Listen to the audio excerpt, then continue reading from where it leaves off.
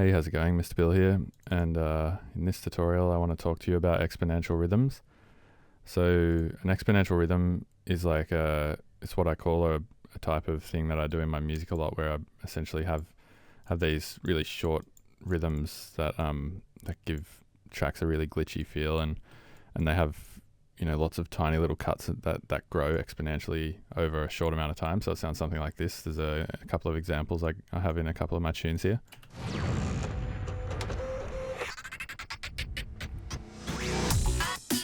So that rhythm just there, that's like an example of a way that I did it in Porn Funk with Sticky Buds. And then this track Shatter is essentially just based around the idea of, like, the entire track is based around the idea of exponential rhythms, and it sounds like this.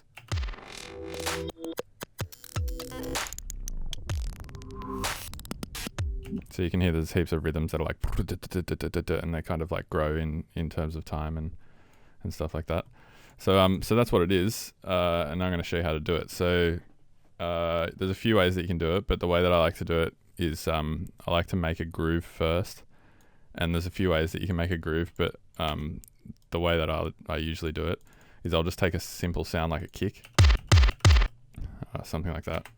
Let's just do it with a new sound. So I'll just search for a kick. All right, here we go.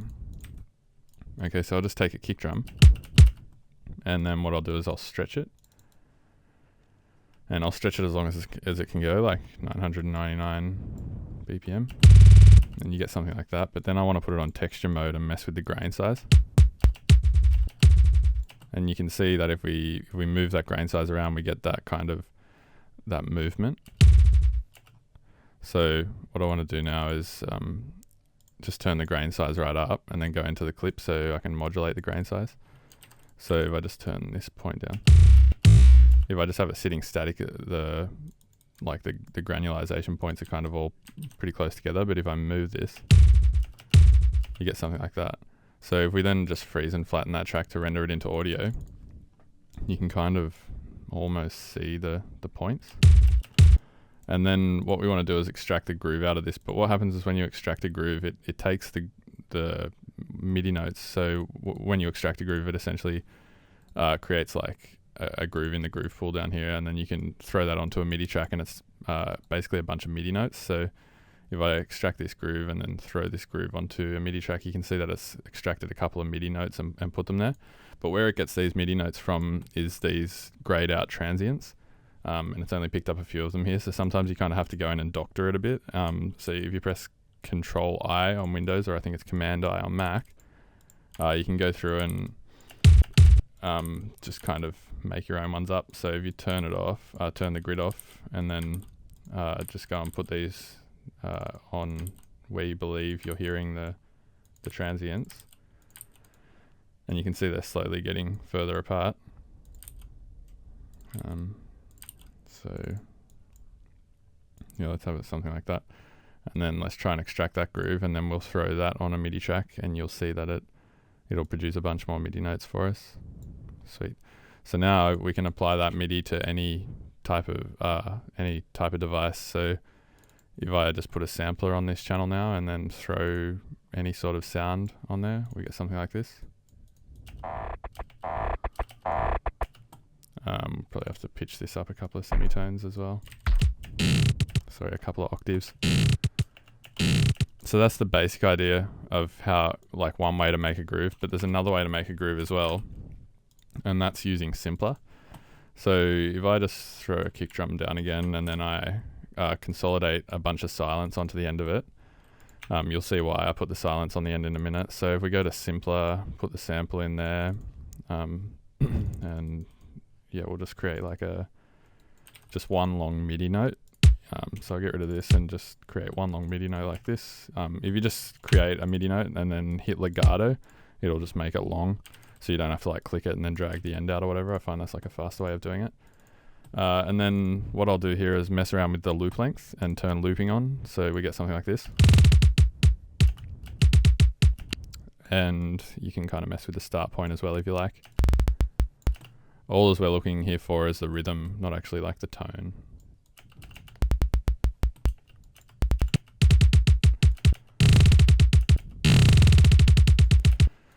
So that's kind of cool.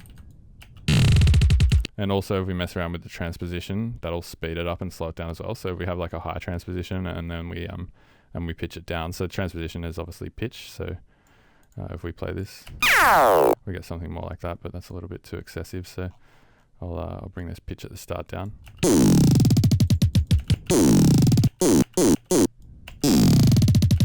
So that's pretty cool. So if we now freeze this and flatten it, we're left with something like this. And again, you can go through and just see all the transients. So if we turn this off and then just go and press Control I, or even just double click on all of these transients here, we can pretty easily create an exponential rhythm and then extract the groove out of this. And then once you have a groove that you like, it's pretty easy to recycle it into a bunch of different sounds by just putting it in different MIDI channels and applying different samplers to it. And also you can apply this to synths as well. It doesn't just have to be playing back samples. You can also play back just standard MIDI notes. So if I extract this groove now, might take a minute.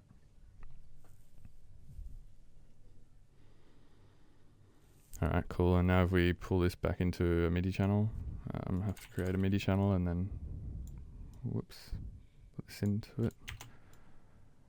Yeah, sweet. So it's just mapping out what that thing's doing. So if I put an operator on there, for instance, we get something like that. And then, you know, you could do something like play with the pitch maybe.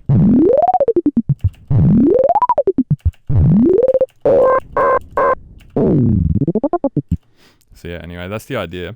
And then, you know, from knowing that, you can then see how I would have gone about making something like this.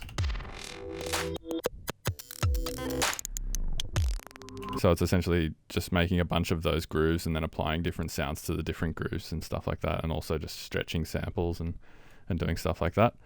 So for instance, sometimes when I'm finished writing a tune, I'll just go straight over the master and literally do that to the master, and just start chopping bits up and then re-render it and release that.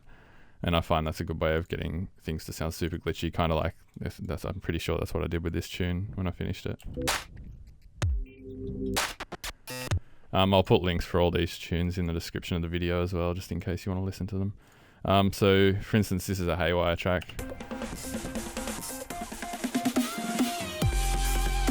So there's the drop, there's a build up here. If I wanted to put an exponential rhythm here, then I could just, you know, grab, actually I guess,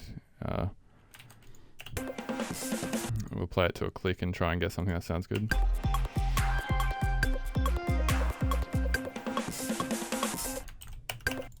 So this hit here before the drop, I'll stretch that. So we'll grab this and we'll just stretch that right out, put it on texture mode, and then mess with the grain size.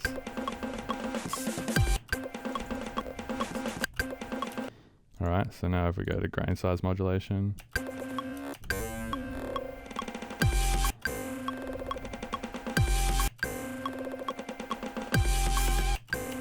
and then render that down into audio. So if I turn resampling on, resampling just takes the output from the master into a new channel. And I find it's just easier to just pick resampling and then hit solo on a channel rather than trying to actually go right through and find the specific channel you want to record from. So yeah, we could go through, you know, and get all those bits of transient and then extract the groove, and then you could even, you know, cut this again, and have like a fade on it, and then put that in a sampler. So this could take a while. I'll just try and do it quickly, but obviously you have to kind of spend a bit of time doing this stuff to get it sounding the best. But for the sake of the tutorial, I'm just going to quickly go and randomly fill in the blanks here. Yeah, that looks pretty good. Okay, and then we'll just extract the groove. And then after we've extracted the groove, we'll apply it to a sampler, and we'll put one of the hits from the track into the sampler. So if we just drag that down here, that's now in a sampler, and we get something like this. And we probably want to put...